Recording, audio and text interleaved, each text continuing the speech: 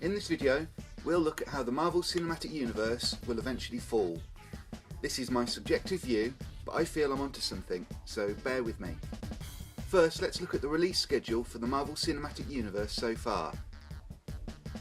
For the half dozen people who don't know this, Marvel movies are planned in phases that span a couple of years and multiple movies.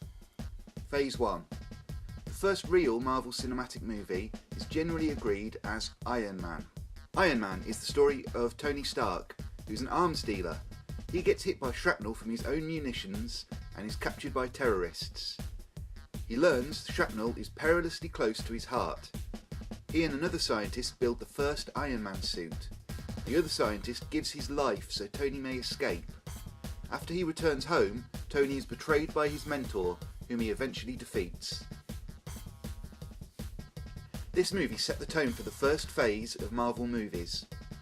Although none of the other movies were quite as dark as this, they all had shades of drama along with the heroics. The next movies in Phase 1 were The Incredible Hulk, Iron Man 2, Thor, Captain America and The Avengers. Each had shades of darkness amongst the comedy and heroic shenanigans. Captain America's loss when Bucky dies is palpable.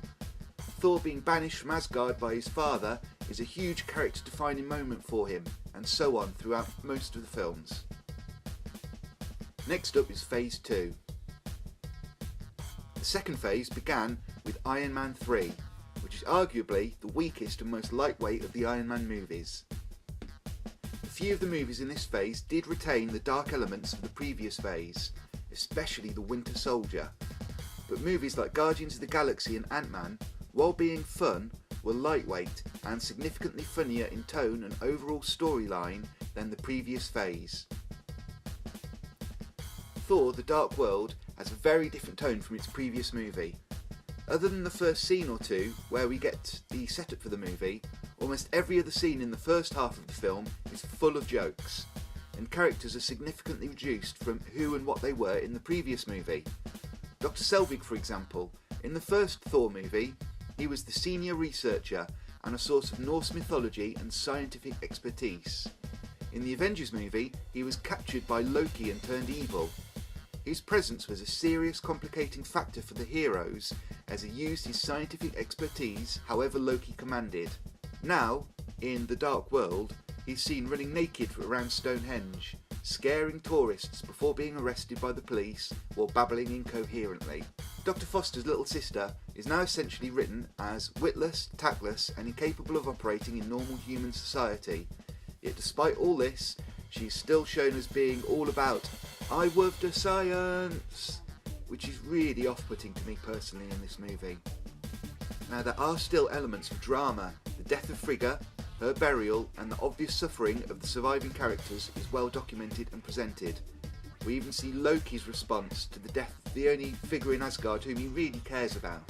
But the problem with this film is essentially every character has had their depth reduced, and their motivation is now either inherently comedic or expresses itself in a slapstick-like comedic way.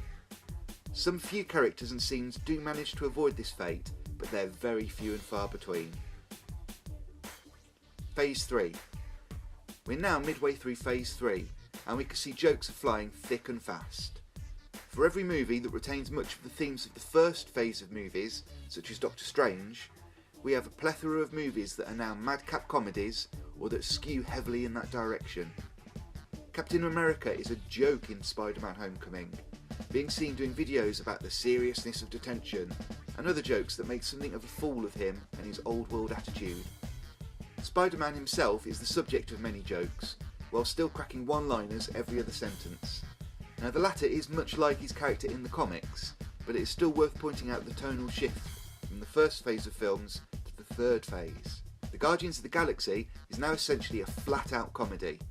The second movie at one point even features a giant Pac-Man attacking the main villain, and other trying too hard jokes, alongside some actual comedy. Thor Ragnarok has a very different tone from the first film in the series, and a very different tone from the Planet Hulk storyline from which it heavily borrows. The trajectory of the movies is obvious.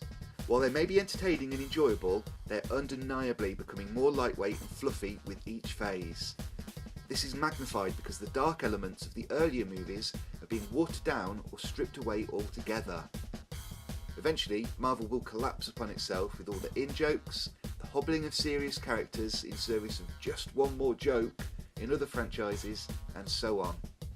If there's one thing the prequel trilogy of the Star Wars movies clearly demonstrated, it was that you cannot have a menacing force, such as the robot army of the first film was supposed to be, acting as slapstick comedic light relief in one scene, and then expect the characters to take them seriously as a menacing threat without the entire movie falling apart due to huge discrepancies in tone and consistency.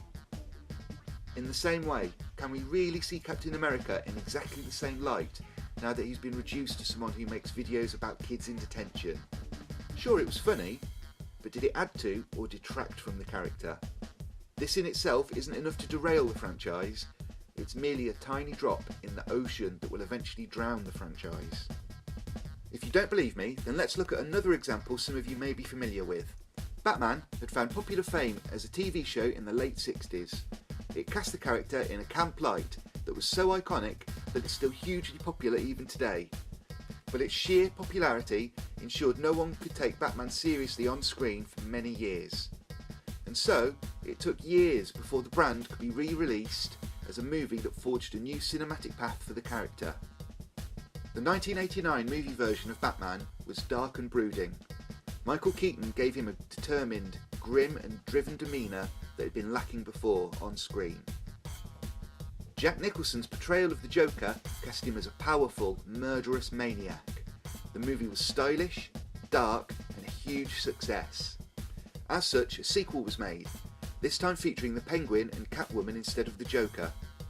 Danny DeVito's Penguin was a horror to look upon, but the tone of the movie overall wasn't quite as dark as the previous film. There were now more light-hearted elements to counterbalance the darkness. The next movie in the franchise saw Keaton replaced by Val Kilmer, and this movie was significantly more family-friendly than either of the previous movies. It also saw the introduction of Robin, the Boy Wonder. The enemies this time were Two-Face and the Riddler, portrayed by Tommy Lee Jones and Jim Carrey respectively. This shift of tone hastened the eventual demise of the franchise, as the movies became more and more self-aware, comedic and wacky. Gone were the elements of darkness, brooding drama and angst, replaced by in-jokes, gags and light-hearted banter. This change in tone is probably epitomised by the next and final film in the sequence, Batman and Robin. Batman and Robin sees the introduction of Batgirl. George Clooney plays the part of Batman, with Arnold Schwarzenegger, Alicia Silverstone, Chris O'Donnell and Uma Thurman playing the other characters. This film comes closest to recapturing the comedy of the late 60s era Batman, even using lines such as "Holy rusted metal, Batman" and the like, as a direct reference to the TV version of Robin's catchphrase at the time. The movie is regularly cited by critics as one of the worst movies of all time. It was also, unsurprisingly, the lowest grossing Batman movie of either of the four. A sequel was initially planned, Batman Unchained, but due to the very negative reception of this movie, the sequel was scrapped, and another Batman movie wouldn't be released for 8 years, until the franchise was rebooted with Batman Begins, which reclaimed much of the brooding drama of the original '89 movie. So, what can we see from the example of the Batman franchise and the continuing situation at the Marvel Cinematic Universe? They both started off darker and more brooding than they were during the later portion of their release schedule. Each seems to have tried to capture more audience interest by adding more jokes and by aiming for a wider audience, without realising that the wider the audience you aim for, the fewer people become interested in what you're offering. It is taking a lot longer for the Marvel movies to descend into the kind of farce and comedy that doomed the Batman franchise until it was rebooted. The Marvel Cinematic Universe, having many different characters, locations and epic storylines to call upon, really helps them here. But while it may slow the eventual descent into comedy, it does nothing to halt its progress or to reverse the trend. Eventually, the Marvel franchise will collapse.